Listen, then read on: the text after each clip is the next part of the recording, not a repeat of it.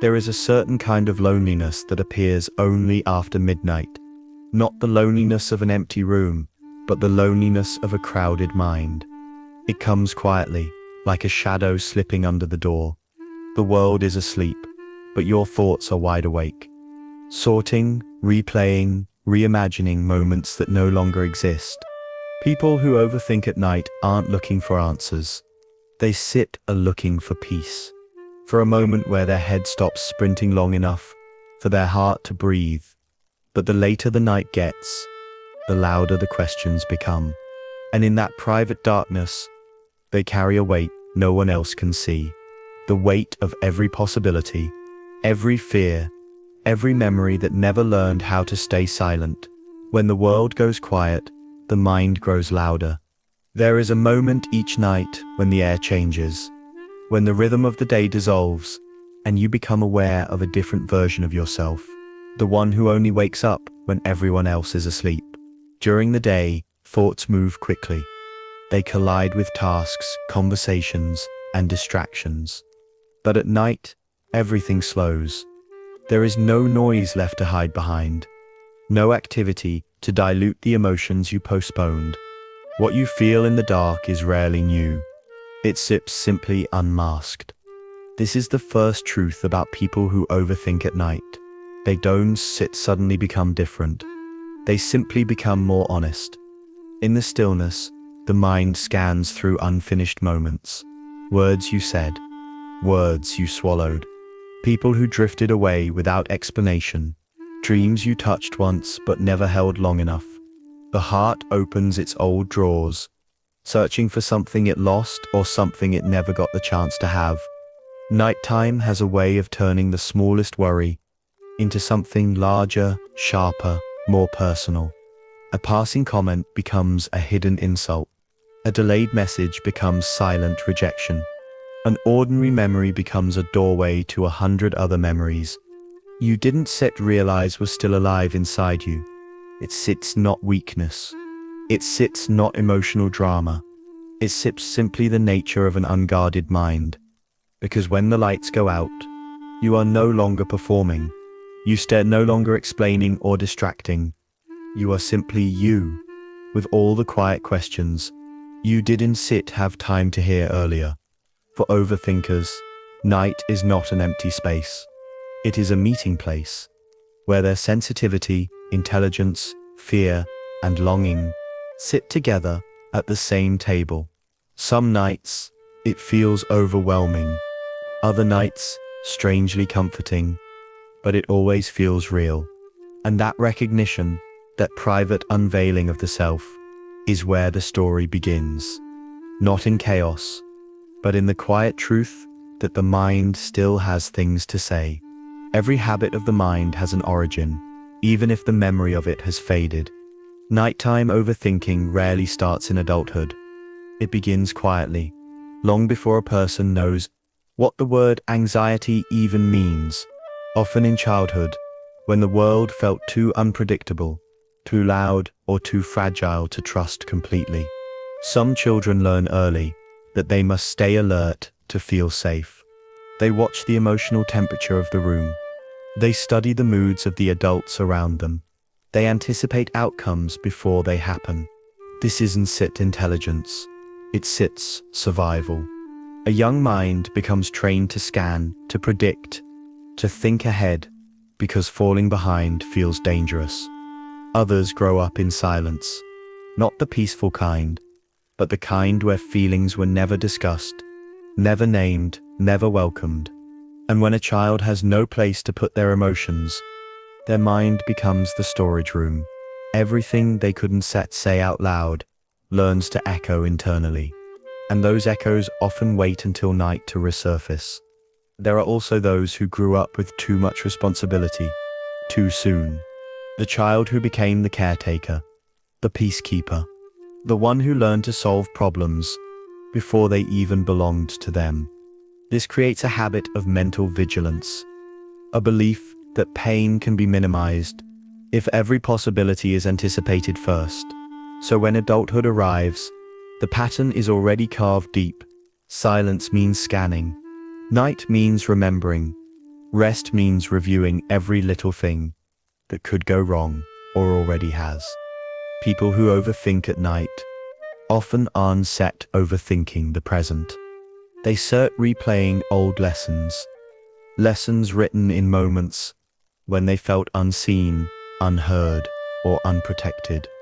And because childhood is where the emotional blueprint is drawn, the nighttime mindset becomes a familiar companion, a protective instinct disguised as worry, a coping mechanism that stayed long after it was needed.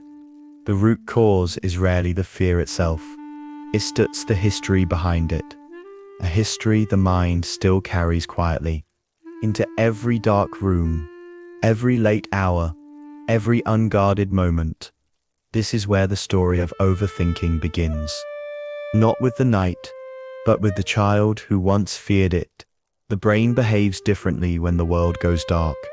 There is a reason the mind feels heavier at night, why thoughts stretch wider, why emotions slip out of their daytime boundaries. It isn't sit imagination.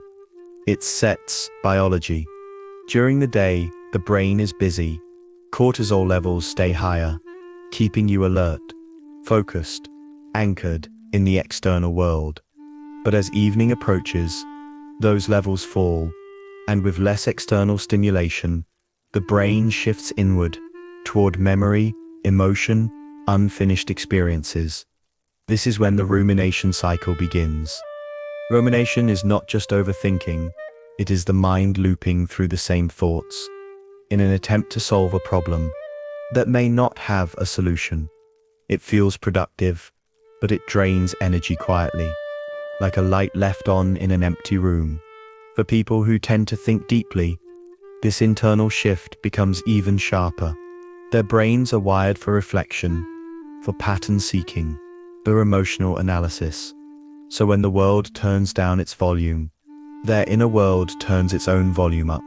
At night, the prefrontal cortex, the part of the brain responsible for logical reasoning, slows down, but the amygdala, the center of fear, emotion, and memory, stays active, sometimes even more active than during the day. This imbalance creates a psychological landscape where small worries feel larger, old memories feel closer, and future fears feel more real. The mind begins to search for danger, even when there is none. Not because it wants to worry, but because it wants to protect. This is why a simple message, left unseen, can feel like rejection. Why a quiet house can feel like emotional emptiness. Why a harmless thought can unfold into 100 catastrophic possibilities before sleep even begins to form. The brain is not trying to hurt you. It is trying to understand you, to interpret every signal, every silence, every unfinished sentence. Late night overthinking is not madness. It is misdirected intelligence.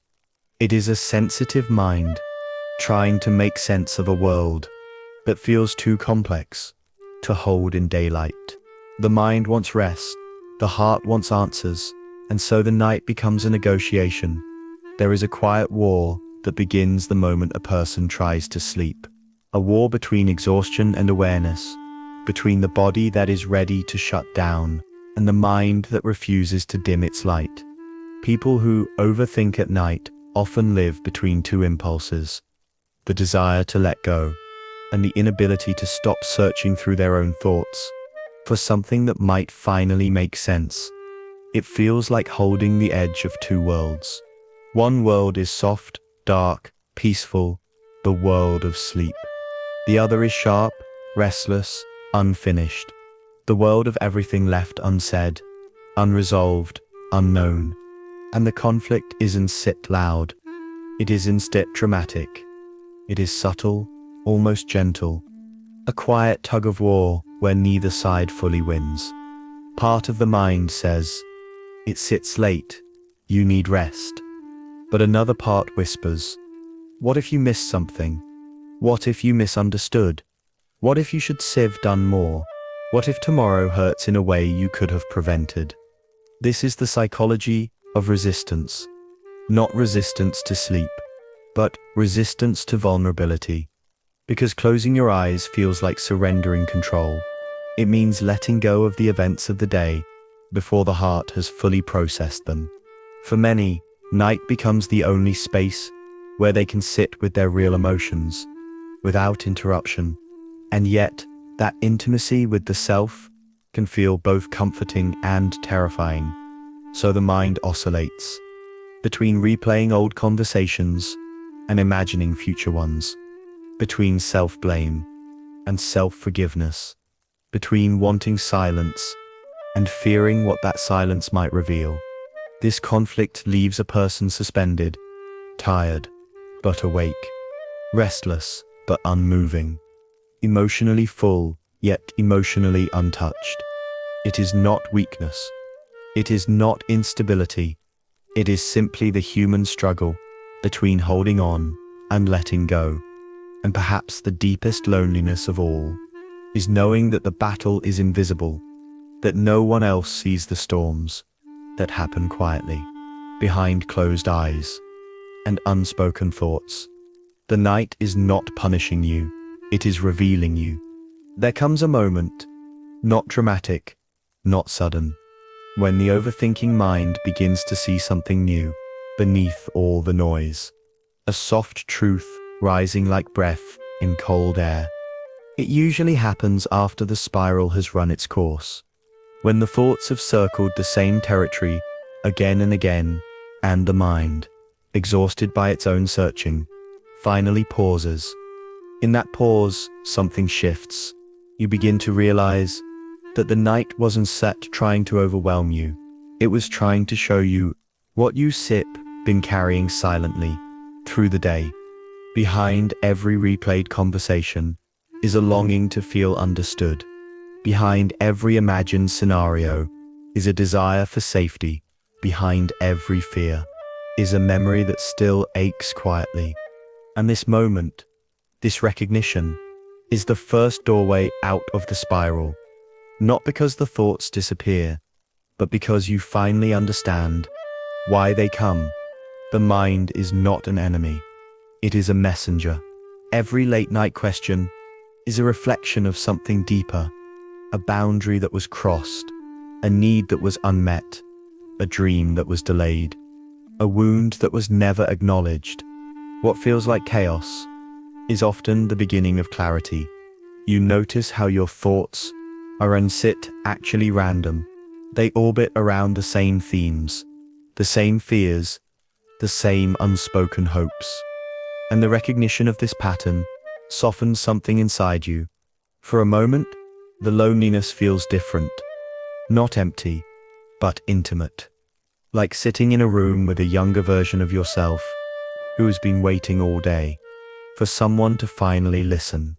This quiet realization does not fix everything. It does not silence the mind, but it creates space. A small, steady room within the storm where understanding begins to grow. You start to see that your overthinking isn't set to flaw, but a form of emotional intelligence that hasn't yet been given direction. And the night, for the first time in a long while, feels less like a battle and more like a conversation, one that leads gently toward healing. Understanding does not silence the mind, it simply changes the way it speaks. Once the realization settles, the understanding that your thoughts are not attacks, but invitations, something inside begins to shift, slowly, gently, almost imperceptibly. People imagine healing as a moment of sudden peace, but real healing is quieter. It is a gradual softening, a loosening of the knots that were pulled tight for years without rest. Integration begins when you stop fighting your own mind, not surrendering to the spiral, not giving in to fear, but allowing yourself to listen without assuming danger. You start to notice that the thoughts carrying the most weight are the ones carrying the deepest truth. They return not to punish you, but to remind you of what still matters. The fear of disappointing others, the longing to feel chosen, the ache of old losses, the hope for a future that still feels fragile. When these truths rise at night, you no longer treat them as threats. You treat them as signals, messages from a part of you that has been waiting to be acknowledged. This shift creates an emotional balance the mind has been needing all along. The overthinker begins to separate what is happening from what feels like it is happening. The mind stops building catastrophes out of silence. The heart stops interpreting pauses as abandonment. The body finally exhales in ways it never could before. Integration is not the absence of overthinking. It is the transformation of it, a deep understanding that your sensitivity is not a flaw, but a compass, a guide toward what needs care, what needs closure, what needs to be felt, instead of buried.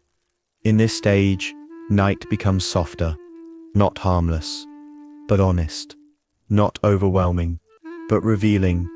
You begin to realize that the mind you once feared is the same mind that is trying to protect you, support you, heal you, in the only way it knows how. And little by little, you learn to walk through the darkness without bracing for impact, because you finally trust your ability to understand your own depth. Some nights change you not by what they fix, but by what they reveal. There comes a point, after the spirals, after the quiet realizations, after the slow integration, when the night feels different, not lighter, not empty, just softer. The thoughts still come, but they no longer crash like waves. They arrive like visitors, announcing themselves, sitting beside you for a moment, and then drifting on. There is a tenderness to it, as if the mind finally understands that you are no longer trying to outrun it. You are meeting it, listening to it, sharing the same quiet space, without fear. The loneliness changes too. It stops feeling like isolation and becomes something more human. A gentle awareness that every person carries an inner world no one else fully sees. A reminder that depth can feel like solitude, even when it sits simply sensitivity. And in this softened night, you realize something important. Your overthinking was never a sign of weakness. It was a map, a compass pointing toward the parts of you that needed attention, compassion, and understanding. The memories that return at midnight are not trying to haunt you. They are trying to heal. They rise because they trust that you are finally capable of holding them without breaking. And slowly, the mind learns that it doesn't have to shout anymore. It can whisper. It can rest. Even the darkness feels different. It is no longer a stage for fear to perform on. It becomes a quiet room where the self meets the self in honesty rather than judgment. You may still lie awake some nights. You may still wander through your thoughts, but the wandering feels softer, less like getting lost, and more like getting familiar with the terrain of your own heart. And somewhere between one breath and the next, the night that once overwhelmed you becomes the night that understands you. A night that offers clarity instead of chaos, presence instead of panic, a reflection instead of rumination. A night that does not demand anything from you, only invites you to be gently, quietly, fully human.